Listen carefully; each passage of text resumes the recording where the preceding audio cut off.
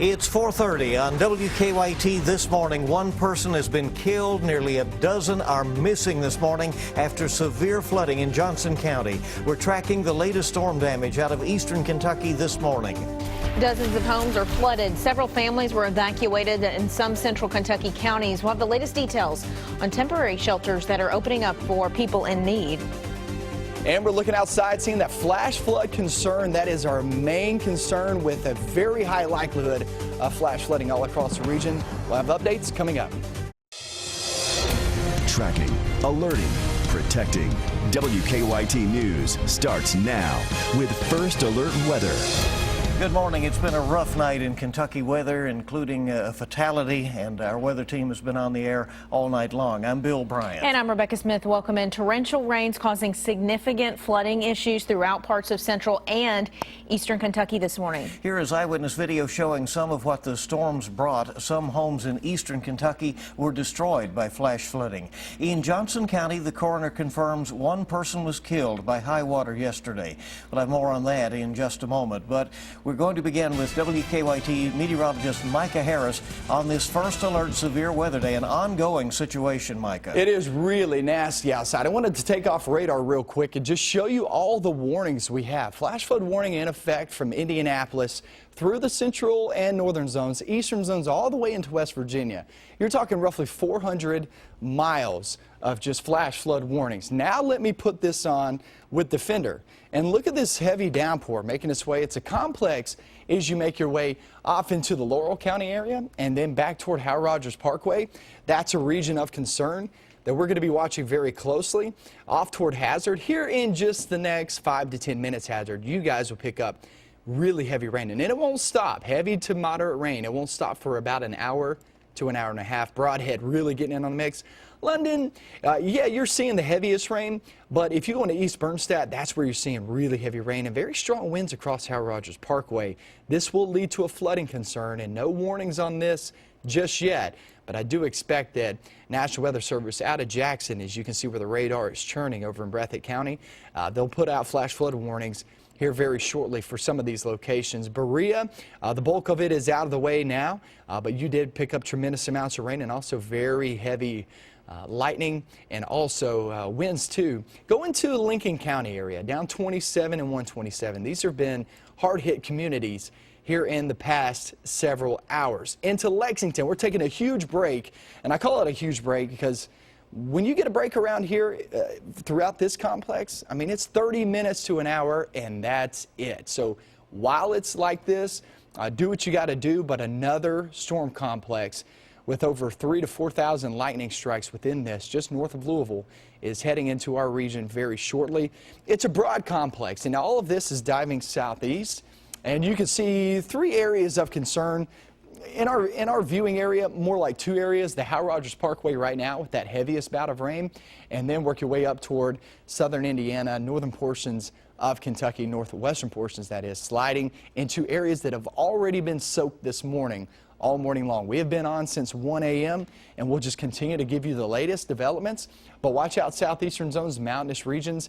We already have in Johnson County just an ugly, ugly situation over there with almost a dozen people still missing, trying to find these rescues going on over in Johnson County, Flat Gap community, and also 1 fatality. Guys, this is a significant flood threat as we go throughout the rest of the morning, even when that rain does stop. Remember, gravity takes place. A lot of this water flows to the lower lying areas. We'll get you updated on what you can expect after this next batch moves through and off towards your afternoon and evening. Here comes some more storms. I'll show you that coming up. All right, an ongoing severe weather event. Micah, thank you. And as we mentioned earlier, flash flooding turned deadly in Johnson County. Many people had to be rescued from their homes when the water rose in the Flat Gap community. Emergency managers say 1 person was killed and up to 12 others are still missing this morning. Our news partners at the Herald Leader report that 2 of the missing people are children. At least 18 people were taken to hospitals, most of them with minor injuries. And they say at least 40 homes were destroyed by the flash flooding. Those who live in Flat Gap say some people didn't have any chance to escape. Matthew Rand continues our team coverage and has the latest from Johnson County. Streams quickly overflowed their banks Monday, sweeping away homes and people. The water just rose rapidly. It was just unbelievable how fast it rose. Just in a matter of hours, it's actually what we got right now. It's just a mess. Rescue teams from several neighboring counties rushed in to help. Many people became trapped behind the rapidly rising water, leaving several to wonder about their loved ones. Well, if my mom's trapped in her house, I'm going to do everything I can to get her out. Well, I'm concerned about my son, who was up here with a beloved babysitter / grandmother, trapped with water, and all I know is no electricity because a trailer ran into their electric probe. Police had many roads blocked off, and authorities warned Monday to stay away from flooded areas. If people start hanging around, it's going to cause problems with the traffic and stuff and with getting emergency vehicles in and out, so it's more of a hindrance than a help. We are told several people were taken to the hospital with relatively minor injuries, but at least one person is dead and many more are still missing. That report from Matthew Rand out of eastern Kentucky this morning. The Red Cross has set up a shelter at the Paintsville Recreation Center for people who cannot return to their homes this morning because of the flooding. iWitness viewer Josh Hitchcock sent us this terrifying video from Staffordsville. As you can see, an entire home, look at it there, the roof peeking out there, swept under floodwaters and pulled underneath a bridge. Scary sight.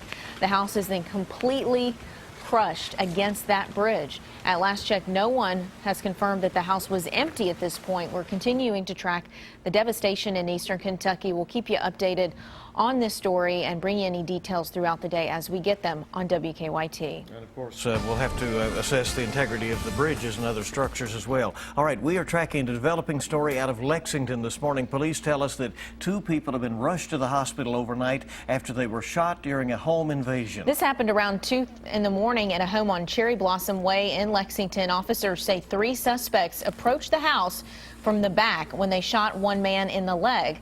They say the 3 suspects went into the house and shot another man inside. They were taken to UK hospital. Conditions have not been released on them. Officers say the suspects took off with cash. They were all wearing masks. Flash flooding has forced dozens of people out of their homes in Rowan County. Emergency managers say as many as 70 homes were damaged along US 60 east of Moorhead. And this morning, the Red Cross has set up a shelter there at the Carl Perkins Center in Moorhead for those who do not have a place to stay. Some homes were knocked off of their foundations. Other homeowners are dealing with mud inside their homes. And some cars were carried off into the creeks. Well, the neighbors over here told me that they saw the water come and the water just slammed it into something, the telephone pole over there, and it just destroyed the top of it. I'm just glad that no one was hurt that I know of. People who live in that area tell us that Triplet Creek reached levels that they had never seen before. Here in Lexington, that line of severe storms brought down some trees, flooded out roads, and even damaged a home. At last check, around 300 KU customers in Lexington are still without power this morning. And one man has been forced out of his home after part of the foundation collapsed during the storm. I see a wave of mud water and bricks on top of my washer and dryer, and I knew immediately what happened. The wall had collapsed. He says he is still in disbelief, and now he's worried because of the additional rounds of rain expected. Neither the gas nor electric were affected when the foundation collapsed, but the sewer line was damaged. Many of you have been helping us track storm damage and flooding with your iWitness pictures. Betty in Bath County shared a picture of a trampoline, that's what that is, that ended up being blown onto some power lines in downtown Sharpsburg. Over in Madison County, Tyler says strong winds ripped apart a barn in Waco. We would love to see your pictures as well. Email those to iWitness@WKYT.com or use the hashtag KYWeather. So some quite dramatic scenes. Yes, and we'll be seeing more of those, unfortunately, as the day goes along. And at 4:39, WKYT This Morning is just getting started. It's nice to have you along. And we're looking at 2 areas of concern at this very moment besides the flash flood warnings. One down toward the south with a complex of storms and one to the north. When do we get a break? I'll have that latest forecast coming up next.